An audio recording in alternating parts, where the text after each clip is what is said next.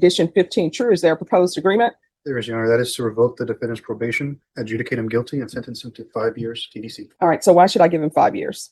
Because the complainant in this case is the same complainant that he has the new case on. And so why should I do this? No, I mean, because he hasn't learned anything. And I don't know what's happening in his relationships, but it doesn't appear he's learned anything. And I don't know why I should sentence him to just 5 years. Today we're in Judge Boyd's courtroom, and somehow we've got a defendant who treats court orders like casual suggestions. This is a grown man who cannot keep his hands to himself, cannot stay away from the victim, and somehow keeps acting shocked that consequences exist. We're talking repeated assaults on the same complainant, zero accountability, and a vibe that says none of this has landed upstairs. What's really mind-blowing is how casually everyone acts, like this is just another Tuesday instead of a pattern screaming escalation. And just when you think it can't get more absurd, wait until you hear the plea deal that the state was perfectly comfortable offering. There's leniency, and then there's whatever this is. How does someone learn absolutely nothing and still walk away with a sentence this light? Let's go ahead and dive in. All right, Rick Payne for the state of Texas. Colin Wilson for the defense. And are you Mr. Geary? Yes, ma'am. Counsel, you received all discovery? Yes, I have. Did you review it with your client? Yes, I have. Court will find that the state is in compliance with discovery. Mr. Geary, did you review the waiver of indictment, reading of information, and rights under Article 1.051 and 26.03 of the Code of Criminal Procedure? Yes, ma'am. All right, your attorney has certain rights. He has the right to have the passage of 2 days upon the presentation of the information, and he has the right of 10 days to prepare for trial. And you have a right to have a grand jury hear the evidence in this case and make a decision on whether there is sufficient evidence to hold you over for trial. Do you understand? Yes, ma'am. By entering into a plea, you're giving up those rights. Did you intend to give up those rights and enter into a plea today? Yes, ma'am. Court will find that defendant has knowingly and voluntarily waived indictment, reading of information, and rights under Article 1.051 and 26.03 of the Code of Criminal Procedure. Did you review the felony information with your attorney? Did you understand it? Yes, ma'am. Counsel, you're waiving the reading? Yes, we are. State, and you're proceeding as the information is presented? Yes, we are, Your Honor. Mr. Geary, did you review the court admonishments with your attorney? Did you understand it and sign it in all the appropriate places? Yes, ma'am. By information, you're charged with assault family household member with a previous conviction that's a third-degree felony. Range of punishment is anywhere from 2 to 10 years of prison and up to a $10,000 fine. If you have a plea with the state, the court does not have to follow your plea. If for any reason the court does not follow your plea and gives you more than you bargained for, the fact that you entered a plea will not be used against you, and you will be allowed to withdraw your plea. Did you understand? Yes, ma'am. Do you understand you have a right to jury trial, a right for you or your attorney to cross-examine and confront any witnesses? The state would call in the right to remain silent. Yes, ma'am. Did you understand by entering this plea, you were giving up those rights? Yes, ma'am. And did you intend to give up those rights and enter into a plea in this case? Yes, ma'am. Has your client been able to provide you with any defenses? Yes, he has. Do you believe he has a rational as well as a factual understanding of the charges against him? Yes, I believe so. Do you believe he's currently competent and was legally sane at the time of the offense? Yes, sir. Mr. Geary, has anyone threatened you, coerced you, or placed you in fear to get you to enter this plea? No, ma'am. Anyone promise you anything other than the plea? No, ma'am. Are you satisfied with the way you've been represented? Yes, ma'am. Did you understand if you're not a U.S. citizen, you can be deported, not allowed re-entry, and denied naturalization? Yes, ma'am. Court will find that the defendant has knowingly and voluntarily waived his right to jury trial. Did you review the plea bargain page with your attorney? Did you understand it? Yes, ma'am. According to the plea, punishment is to be assessed at 5 years in the prison.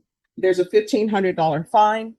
The state will take in consideration 2025 AL 006681 and 2025 PF 31338. And this will run concurrent with I'll have the case number repeated. 2020 CR 12202. Did you understand that to be the plea? Yes, ma'am. Defense? Yes. State? There is, with the exception of, I had put restitution, should there be any, I know that he would be entitled to restitution here. All right, it's got to be restitution, if any. Let me just tell you, if they're sending you to prison and your counsel is waiving a PSI, then whatever that restitution amount that that person claims, that's going to be the restitution amount. And when you're up for parole, they'll take it up with parole. Do you understand? Yes, ma'am. All right, restitution, if any, to Anissa Nicole Guerra. This guy walks into court with an assault on a family member hanging over his head, and he looks like he's waiting in line at the DMV. No urgency, no remorse, no emotional reaction at all. Just blank eyes and a flat voice like he's reading off a grocery list. And look, I could be wrong, but first impressions matter in court, and this one is not screaming accountability. What really gets me is that he was staring down up to 10 years, and somehow his attorney managed to shave that down to 5. 5 years for repeatedly putting your hands on another human being, let alone a family member, is wild. Assault isn't a misunderstanding, it's a choice, and we're not talking about self-defense or a split-second emergency here. This is a pattern, and patterns are exactly what judges are supposed to take seriously. We teach kids in kindergarten to keep their hands to themselves, and somehow this guy made it into his 30s without mastering that skill. If you can't follow the most basic rule of living in society, the consequences shouldn't be negotiable. Assault cases escalate statistically, especially when the same victim is involved, and the law knows that. One moment of uncontrolled anger doesn't just ruin a relationship, it can erase years of your future. And standing here today, this defendant looks less surprised by his own actions and more annoyed that the system finally noticed. Did you understand with an affirmative finding of family violence, you're not allowed to own or possess any weapons or ammunition? Yes, ma'am. Did you understand with an affirmative finding of family violence, you're not allowed to be designated primary custodial parent? Yes, ma'am. All right. Did you review the document entitled Trial Court Certification of Defendant's Rights to Appeal with your attorney? Did you understand it and sign it? Yes, ma'am. By signing that I'm sorry, not appeal. Did you review the paragraph entitled Waiver of Appeal with your attorney? Did you understand it and sign it in both places? Yes, ma'am. By signing that, you're waiving your right to appeal. The only items that can be appealed are written pretrial motions that have been filed, heard, and ruled upon by the court. Did you understand? Yes, ma'am. Counsel, are there any such motions? No, Your Honor.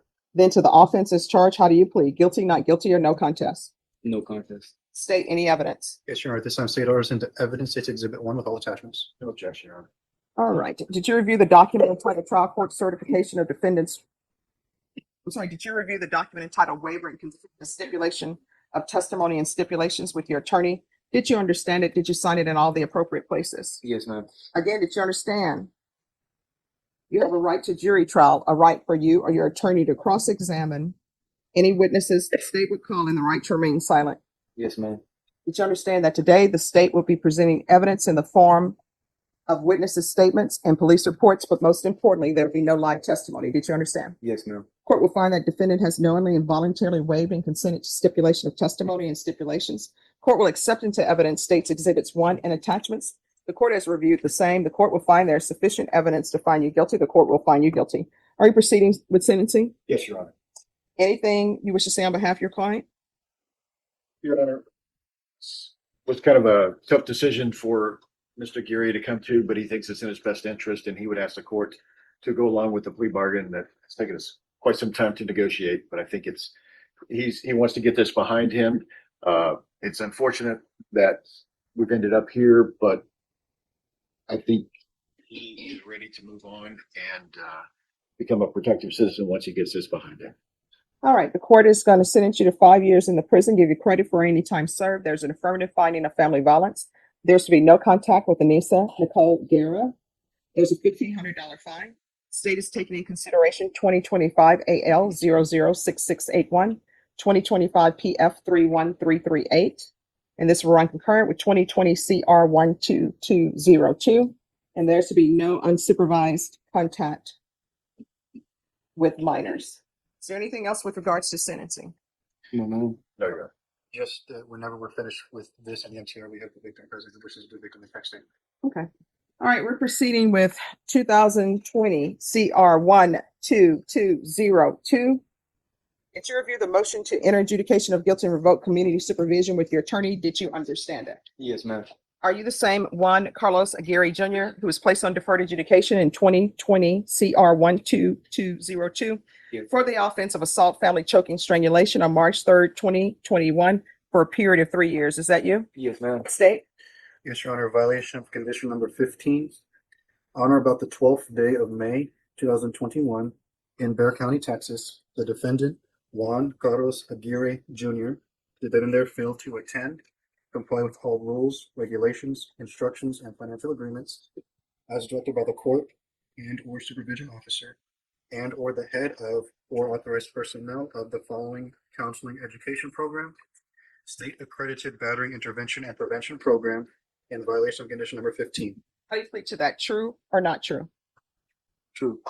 Hold on, because this part deserves a pause. This defendant originally received deferred adjudication for choking and strangling a family member. Let that sink in. Choking is one of the strongest predictors of future lethal violence, and that's not speculation. That's well-documented legal and criminological reality. And yet the court looked at him and said, sure, go prove you can behave. Are we being serious right now? The same man standing here with that chaotic beard and vacant stare was already given mercy once, and he immediately violated it. Deferred adjudication is supposed to be for people who made one mistake, not people who make it a habit. If someone is willing to put their hands around a family member's neck, shame clearly isn't a deterrent. And if shame doesn't work, leniency definitely won't. The entire point of probation conditions is to test whether someone can follow rules when the stakes are high. He failed that test quickly and decisively. This is why judges are warned to be cautious with violent offenses, especially domestic ones. Giving second chances to someone who already showed you who they are isn't compassion, it's negligence. And if I were on that bench, there wouldn't have been a long speech or excuses to weigh. Some actions disqualify you from another opportunity, and this is one of them. State will waive the remaining violations, Your Honor. Any objection? No objection. Did you understand by pleading true to violation of condition number 15, the court could find it true, grant the motion, find you guilty, and sentence you up to 10 years in the prison and up to a $10,000 fine? Yes, ma'am. Knowing that, do you still wish to plead true to violation of condition 15? Yes, ma'am.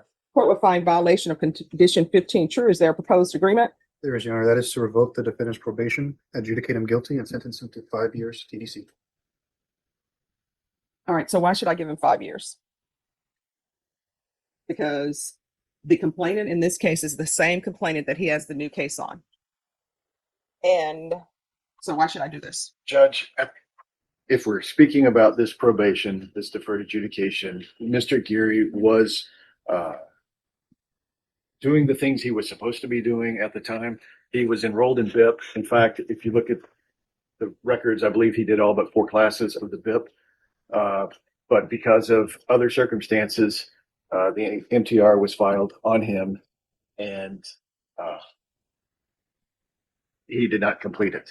There were some other things going on in his home life and stuff. I believe had some family health issues and stuff, but he was doing the things he was supposed to be doing. He just didn't complete it because of the circumstances. So that makes him not a good candidate for probation.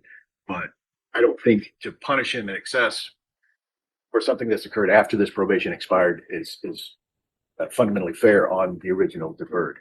No, I mean, because he hasn't learned anything. And I don't know what's happening in his relationships, but it doesn't appear he's learned anything.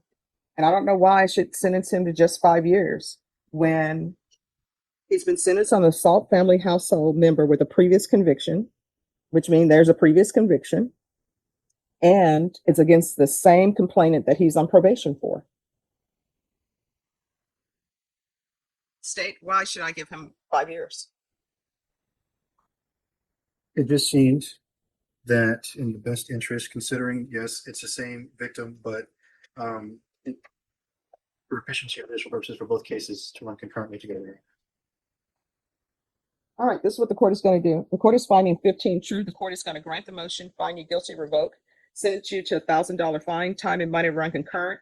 There's an affirmative finding of family violence.